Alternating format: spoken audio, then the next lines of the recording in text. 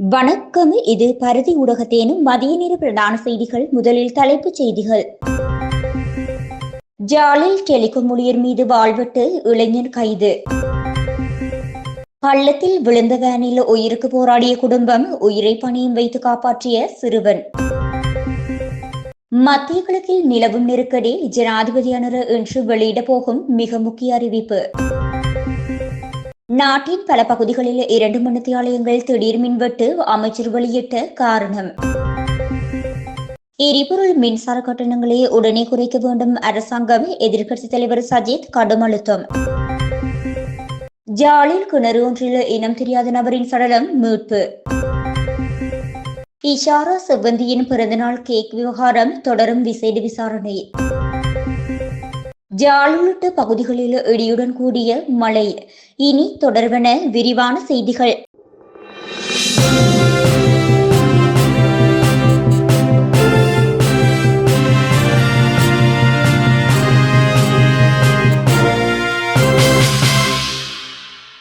ஜாழ்ப்பாணத்தில் Sri Lanka telecom ஊழியர் மீது வாள்வெட்டு தாக்குதல் மேற்கொண்ட குற்றச்சாட்டில் இளைஞர் ஒருவர் கைது செய்யப்பட்டுள்ளார். திருநெல்வேலி முருகன் வீதி பகுதியில் ஸ்ரீலங்கா டெலிகாம் ஊழியர்கள் புதிய இணைப்புகளை வழங்கும் பணியில் ஈடுபட்டுள்ளனர். அதன்போது குறித்த வீதியில் வசிக்கும் நபர் ஒருவர் மோட்டார் சைக்கிளில் வந்த வேளை போக்குவரத்திற்கு இடையூறாக வயர்களை வீதியில் போட்டு வைத்துள்ளதாக ஊழியர்களுடன் முரண்பட்டு ஊழியர்கள் மீது வாள்வெட்டு தாக்குதல் மேற்கொண்டுள்ளார். குறித்த தாக்குதலில் காயமடைந்த ஊழியர் ஒருவர் சிகிச்சைக்காக ஜாழ் போதனா வைத்தியசாலையில் அனுமதிக்கப்பட்டுள்ள நிலையில் சம்பவம் தொடர்பில் விசாரணைகளை மேற்கொண்ட கோப்பாய் போலீசார் வாள்வெட்டு தாக்குதலை மேற்கொண்ட இளைஞனை கைது செய்து போலீஸ் நிலையத்தில் தடுத்து வைத்து விசாரணைகளை முன்னெடுத்து வருகின்றனர்.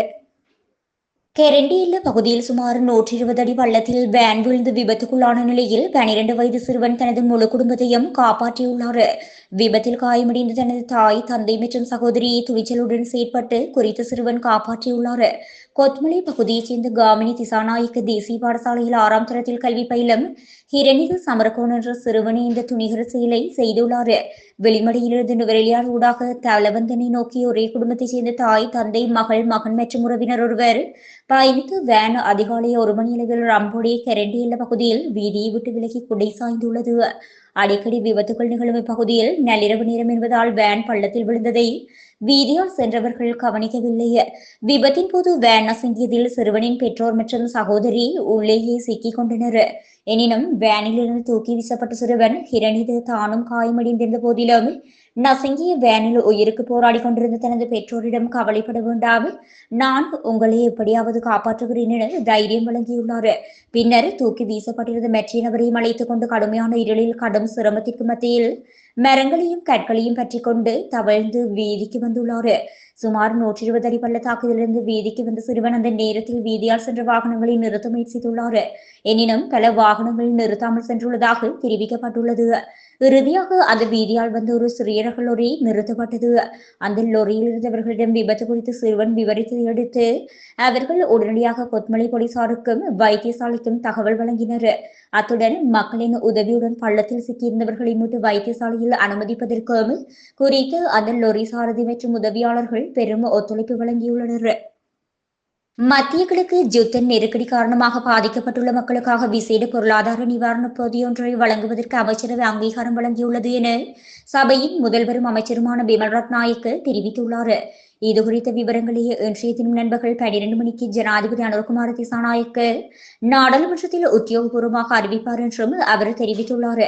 மத்திய கிழக்கு நெருக்கடி காரணமாக எரிபொருள் விலை உயர்வு உள்ளிட்ட பல்வேறு பொருளாதார தாக்கங்களுக்கு முகம் கொடுத்துள்ள வறிய மக்களுக்கு நலன்புரி சேவைகளை வழங்குவதற்காக அமைச்சர் உபாலி பன்னிலகே தலைமையில் ஜனாதிபதியினால் விசேட குழு ஒன்று நியமிக்கப்பட்டிருந்தது. இந்த விசேட நிவாரண பொதி தொடர்பான முழுமையான விவரங்களை ஜனாதிபதி அனுரகுமார திசாநாயக்க இன்றைய தினம் நண்பகல் 12 மணிக்கு நாடாளுமன்றத்தில் உரையாற்றும் போது நாட்டுக்கு அறிவிப்பார் என்றும் அவர் குறிப்பிட்டுள்ளார். அத்தியாவசிய பொருட்களின் விலை அதிகரிப்பு மற்றும் புத்தாண்டு கால நிவாரணங்கள் குறித்து எதிர்க்கட்சியின் பிரதமர் கொரோடா கயந்த கருணாதிலக்கு எழுப்பிய கேள்விக்கு பதிலளிக்கும் போதே அமைச்சர் பிமல் ரத்நாயக்க மேற்கண்டவாறு தெரிவித்துள்ளார். நாட்டின் தற்போதைய பொருளாதார சுமையை குறைக்கும் நோக்கில் அரசாங்கம் இந்த தீர்மானத்தை எடுத்துள்ளதாகவும் அவர் இதன்போது சுட்டிக்காட்டியுள்ளார்.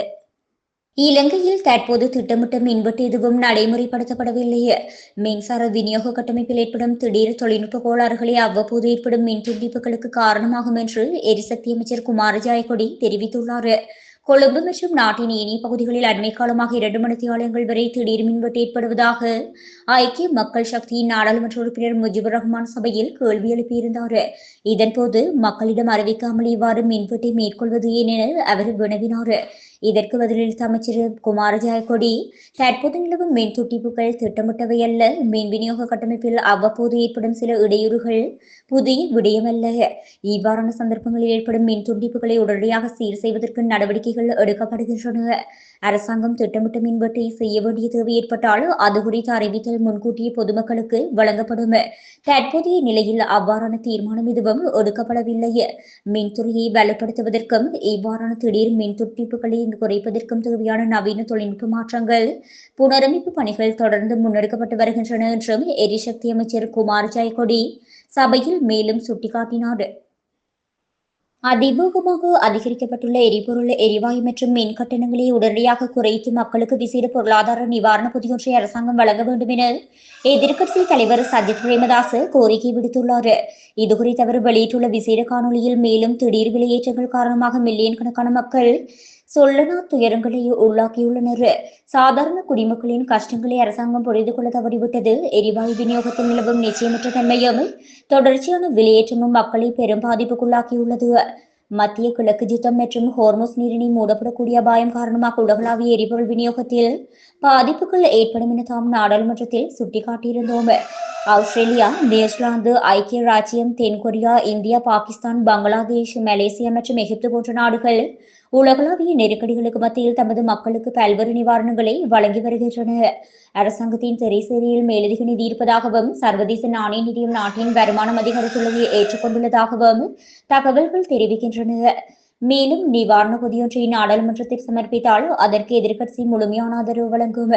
அவர்கள் வாழ்வதற்கு வழிவகுப்பதே அரசாங்கத்தின் கடமை. எனவே கஷ்டப்படும் குடும்பங்களுக்கு உடனடியாக நிவாரணம் வழங்க நடவடிக்கை எடுக்க வேண்டும் என வலியுறுத்தினார்.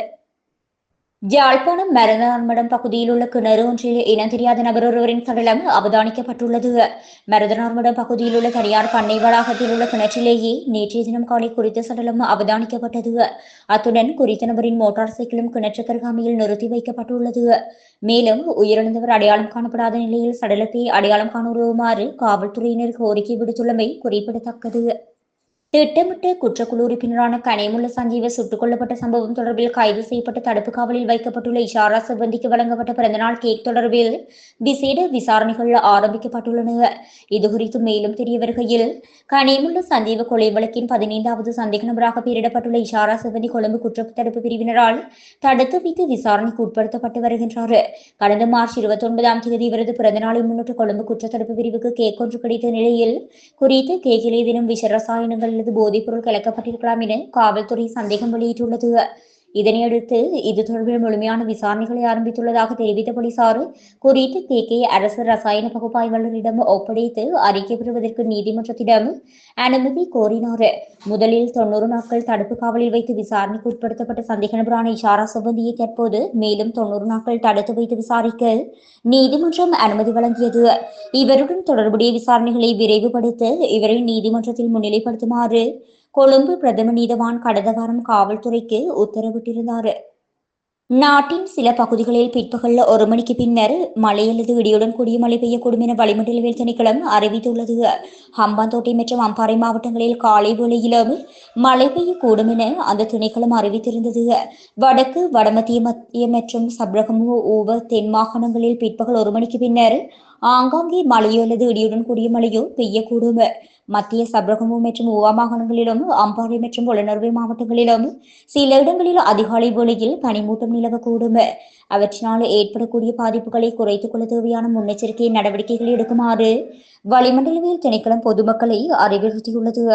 இதேவேளை இன்றைய தினம் நண்பர்கள் 12:13 மணியளவில் தெஹிவலி, மகரகம, பன்னிப்பட்டிய, பாதுகை, எகலியகுடம், மஸ்கிலியா, சியம்பலாண்டு மற்றும் பொத்துவில ஆகிய பிரதேசங்களில் சூரியன் உச்சம் கொடுக்கவுள்ளது.